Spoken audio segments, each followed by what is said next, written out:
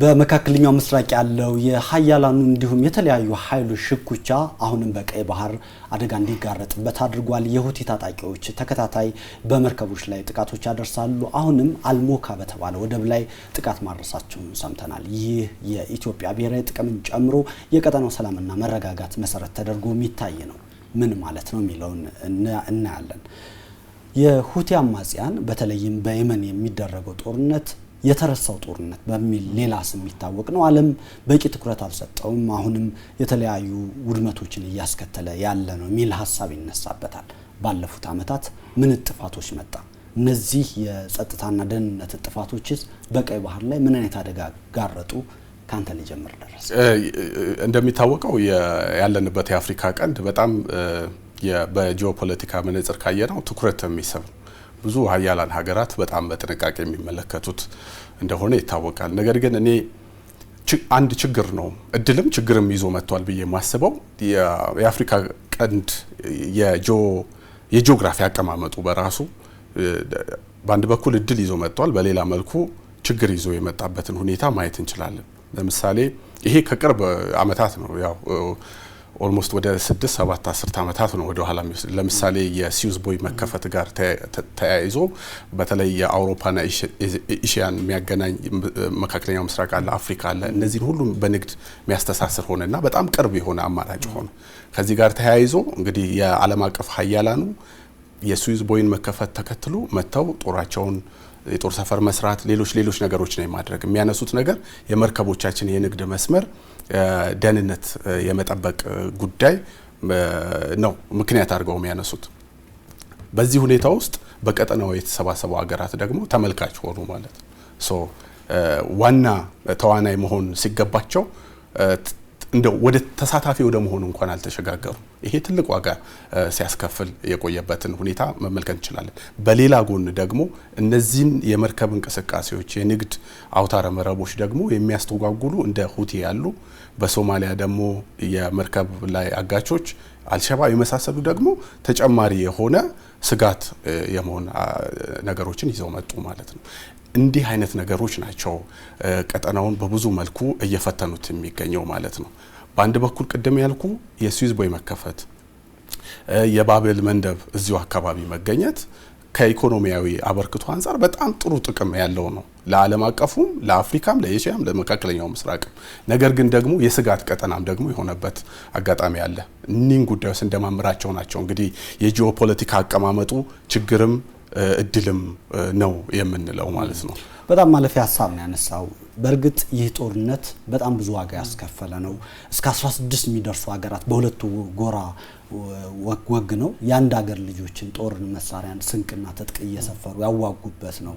የምታስታውሱ ከሆነ እንግዲህ የኢራን እና ሳውዲ ኃይሎችም በተለያዩ ጎራ ያሉበት ነው። በጣም ብዙ ትንታኔዎች የሚነሱበት ነው። ከዚህ ባለፈ ግን ከባበል ኤል መንደብ እስከ ኤደን ባህረ ሰላጤ ያለውን የእንቅስቃሴ በማወክ ሂደት ውስጥ ያለፈ ነው። ኢትዮጵያም ብሔራዊ ጥቅም አለ፣ ቀይ ባህር መልሳለሁ ስትል ይሄን ሁሉ የሚመለከታት ነው።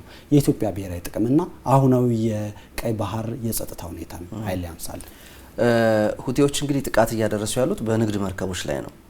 የንግድ መርከቦች በዚህ በሆርሙዝ አልፈው ወደ 12 በመቶ የሚጠጋ የዓለም የንግድ እንቅስቃሴና የመርከቦች እንቅስቃሴ በዛ በኩል ነው የሚያልፈው። ከነዚህ መርከቦች መካከል ደግሞ አንዱ የኢትዮጵያ መርከቦች አሉበት። የኢትዮጵያ የንግድ መርከቦች በዚህ መስመር ይመላለሳሉ። በመካከለኛው ምስራቅ ጦርነት ወቅት ላይ ምን ያህል በሀገር ውስጥ በነዳጅም ሆነ በሌሎች እንቅስቃሴዎች ላይ አሉታዊ ተጽዕኖ ፈጥሮ እንደነበር እናስታውሳለን። የሁቲዎች አንድ ሚሳኤልና የድሮን ጥቃት እያንዳንዱ ሀገራት ላይ የንግድ ጦርነት እንደመክፈት ነው። ምክንያቱም እያንዳንዱ ዘይትም ሆነ ሌሎችም ከውጭ የሚገቡ ምርቶች ላይ የራሱን አሉታዊ ተጽዕኖ ይፈጥራል። ይህን ደግሞ እንዲያደርግ ትዕዛዝ የምታስተላልፈው ቴህራን ናት። የቴህራን አንድ መጫወቻ ካርድ ነው ሁቲ። በዚህ ወር ብቻ 4 ጥቃቶችን ፈጽሟል። በዚህ ወር ደግሞ በአሜሪካና በኢራን መካከል የተደረጉ ተደጋጋሚ የድርድርና የውይይት ሂደቶች ሁሉም ውድቅ ሆነዋል፣ አልተሳኩም። አብዛኛዎቹ አልተሳኩም። ለእስራኤል የቀረበላት 15 ነጥቦች የምክር ሀሳብ ያለበት መደራደሪያ ወይም የመመካከሪያ ነጥብ እንኳን በትራምፕ አቅርበው እስራኤል ውድቅ አድርገዋለች።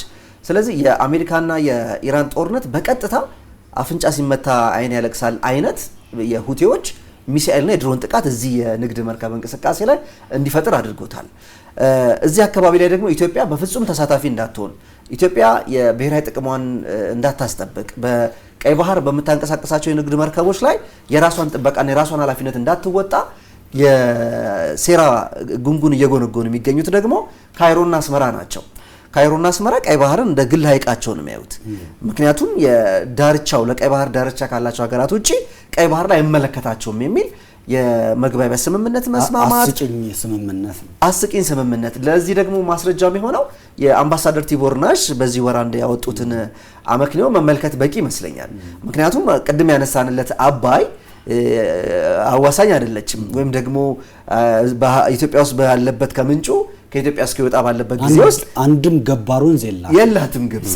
ግን ደግሞ በአባይ ጉዳይ ኢትዮጵያ አንዲትም የውሃ መጠን እንዳትቀንስ እዛ ላይ ምንም አይነት ፕሮጀክት እንዳትገነባ በየጊዜው ስትራቴጂክ የሆነ እንቅስቃሴን ታደርጋለች ግብጽ። በአንጻሩ በቀይ ባህር ላይ ደግሞ እንደ ግል ሀይቃቸው እነዚህ ሀገራት ኢትዮጵያን የማግለል አካሄድ ይሄዳሉ። አሜሪካና ሌሎች ሀገራት ይህንን አካባቢ በግዙፍ በሚባሉ የጦር መርከቦች የመጠበቅ ስትራቴጂ ነው እየተከተሉ ያሉት። ጅቡቲ ላይ ያደራጇቸው ወታደራዊ ሰፈሮች፣ ሶማሊላንድ ላይ፣ ሌሎችም ሀገራት ላይ የገነቧቸው የጦር ሰፈሮች እየተነሱ አካባቢውን የመቆጣጠር መርከቦችን በማስቀመጥ ብቻ አካባቢውን ሰላም እናደርጋለን የሚል አካሄድ አላቸው። ይህ አካሄድ ግን እንዳልሰራ የምንረዳው በአንድ ወር ውስጥ እንኳን 4 የሚሳኤል ድሮን ጥቃት ተፈጽሟል።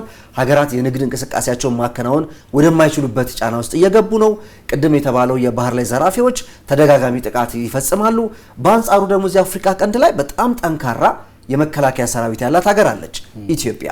ስለዚህ ኢትዮጵያ በዚህ የቀይ ባህር ቀጠና ላይ የሚኖር ማንኛውም የባህር ኃይል እንቅስቃሴ ውስጥ የራሷን ወታደር አዋጣ የራሷን የባህር ኃይል አዋጣ ይህንን አካባቢ ወታደራዊ ቅኝት የማድረግ ቁጥጥር የማድረግ እንደ ኔቶን የመሰለ አይነት ህብረትና ጥምረት ተመስርቶ ቀይ ባህርን በመጠበቅ ሂደት ውስጥ ኢትዮጵያ ወሳኝ ወደ መሆን ሂደት ውስጥ መግባት አለባት ብዬ አስባለሁ። በነገራችሁ ላይ ይህንን የቀይ ባህር ጉዳይ አይመለከትሽ የሚለውን አባባል እንደው ቀለል አድርገን ብንመለከተው ከ90% በላይ የኢትዮጵያ ወጪና ገቢ ንግድ የሚተላለፍበትን ቀጠና ሲዘጋ ጉሮሮች ሲዘጋ ዝም ብለሽ ተመልከች እንደማለት ነው።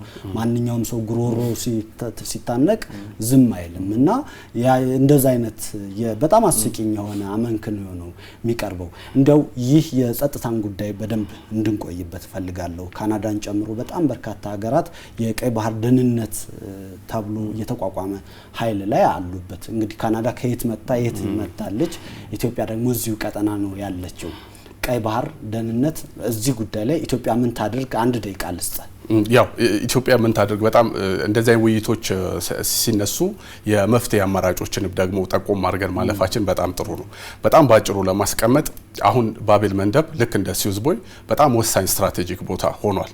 በዛው ልክ ደግሞ ለማፈን ያንን መተላለፊያ በጣም ቀላል፣ ምክንያቱም ይገባኛል ወይንም ደግሞ ይመለከተኛል ብሎ በቅርበት ቁጥጥር የሚያደርግ ራሱን የቻለ ተቋም የለም እዛ አካባቢ። ያንን አማራጭ ተጠቅመው ነው ሁቲዎች እኮ አሁን እንደፈለጉ እንደማስፈራሪያ የሚመለከቱት ያንን ቦታ። ስለዚህ ኢትዮጵያ ምን ማድረግ አለባት ካልን አሁን በዚህ ቀጠናውን እያመሰች ያለችው ማነች ካልን በትክክል ግብጽ ነች። ግብጽ ደግሞ ለምሳሌ ይህንን ቀጠና በበላይነት የሚመለከተው ኢጋድ የሚባል ቀጠናዊ ተቋም አለ። እዚህ ውስጥ አባል አይደለችም። አንድ ያዝልኝ። ሁለተኛ ደግሞ የአረብ ሊግን እንመልከት። አረብ ሊግ በጣም በርካታ ሀገራትን የማይመለከታቸውንም በአባልነት ይዞ ምክንያቱም ቋንቋ ምናምን መስፈርቶቹ ስለሆኑ የአረብኛ ተናጋሪ ምናምን የሚባሉ ነገሮች አሉ። ግን ደግሞ ሶማሊያ ገብታለች፣ ጅቡቲ ገብታለች። እነዚህ ሀገራት ደግሞ ብሔራዊ ቋንቋቸው አረብኛ አይደለም። ኢትዮጵያን ብቻ አግልሎ ኢትዮጵያን አባል ሳያደርግ በተናጠል የሚኬድ አካሄድ አለ አረብ ሊግ ውስጥ። በተመሳሳይ ደግሞ የአፍሪካ ህብረትን ደግሞ ስንመለከት የአፍሪካ ህብረት ተጽዕኖ ከቀይ ባህር እንዲሻገር አይፈልግምም፣ ሲሰራም አይተነው አናውቅም። እንዲህ አይነት የተቋም ክፍተቶች አሉ። አሁን ይህንን ክፍተት መሙላት የሚቻለው የአፍሪካ ህብረት ይህንን በበላይነት ወስዶ እነዚህን ሀገራት የሚያካትት መድረክ መፍጠር መቻል አለበት። በእነዚህ እዚህ አካባቢ በንቃት እየተሳተፉ ያሉ ሀገራት በትብብር የአካባቢውን ሰላምና ደህንነት የሚያረጋግጡበትን ለአካባቢው የሰላምና ጸጥታ ስራ በጋራ የሚቆሙበትን ሁኔታዎች መስራት አለበት። ለዚህ ደግሞ የአፍሪካ ህብረትን ላይ ግፊት በማሳደር ጫና በማሳደር ኢትዮጵያ ትልቅ ሚና መጫወት መጀመር መቻል አለባት። ይህንን አካባቢ የሚመለከት አንድ ተቋም ያስፈልገናል፣ አንድ ጥምረት ያስፈልገናል። ይሄ ጥምረት ግን ሌሎቹንም ተሳታፊ የሆኑትን ሀገራት የሚይዝ መሆን መቻል አለበት። የአውሮፓ ህብረትን ጨምሮ ግብጽን ጨምሮ የአረቡን ሀገራት ጨምሮ የአፍሪካ እና ኢጋድን ጨምሮ የሚያቀፍ አንድ ተቋም ያስፈልጋል ብዬ አምናለሁ። ይሄ ተቋም እውን የማድረጊያው ታይምና ጊዜ አሁን ነው ብዬ ነው ማስበው። ብዙ ብንጨዋወትበት ምን የሚያስቆየን ርዕስ ነው። እርግጥ በተለያዩ ጊዜያት ጉዳዩን ማንሳታችን እንቀጥላለን። የተከበራችሁ ተመልካቾቻችን ሀሳብ ላይ ነው የሰማችሁት። ደረሰ አማረ፣ ኃይለ ኢየሱስ መኮንን አብረናችሁ ቆየን። እኔ አፈወርቅ ያዩ ያስተናገድኳችሁ አብሬ ነበርኩኝ። ጤና ይስጥልን።